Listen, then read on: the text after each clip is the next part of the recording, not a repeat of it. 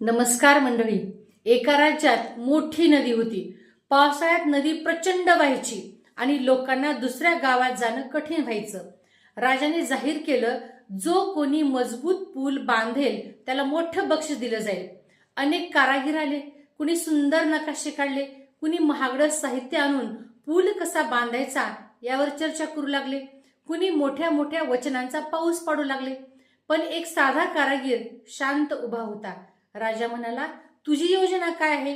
तो म्हणाला, महाराज, मी आधी नदी पाहीन, तिचा वेग, तिची खोली, तिच्या आसपासचा मातीचा प्रकार मी निरीक्षण करेन आणि पावसाळ्यात नदीचं पाणी किती वाढतं हे पाहून मी पूल बांधेन. लोक हसू लागले. हा अभ्यास करणार, तोपर्यंत आम्ही पूल उभा करू. काही महिन्यांनी पहिला पूल बांधला गेला. पावसात तो वाहून गेला. दुसरा पूल तयार केला गेला. पाण्याच्या वेगामुळे त्याला तडे गेले आणि तोही कोसळला. तिसरा पूल तयार करण्यात आला. पुलाची पायाभरणी कमकुवत असल्यामुळे त्या ठिकाणी तोही पूल कोसळला. राजा चिंतेत पडला.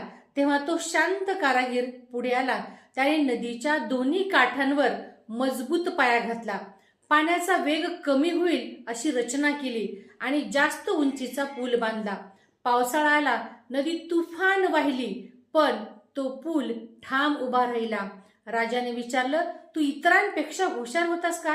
कारागीर नम्रपणे म्हणाला, नाही महाराज, मी फक्त घाई केली नाही.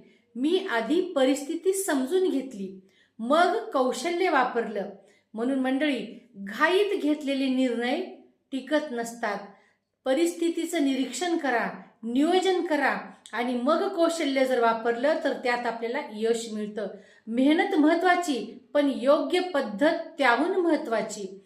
विद्यार्थ्यांनी जर फक्त पाठांतर करत राहिले तर प्रश्नांचा प्रकार समजून घेतला नाही तर निकाल ढासळतो. पालक जर फक्त मार्कावर लक्ष केंद्रित करू लागले तर मुलांची क्षमता समजून नाही घेतली तर पाया कमकुवत राहतो. जीवनाचंही तसंच आहे. जो आधी परिस्थिती समजतो आणि मग कृती करतो तोच खरा यशस्वी होतो. म्हणून मंडळी, कौशल्य आपल्या हातात असतं, पण रणनीती ही डोक्यात असते. आणि मग याच रणनीतीचा वापर कसा करायचा आणि जीवनात यश कसं संपादन करायचं हे जाणून घेण्यासाठी व्हिडिओला भेट द्या, लाईक करा, शेअर करा आणि सबस्क्राईब पण करा.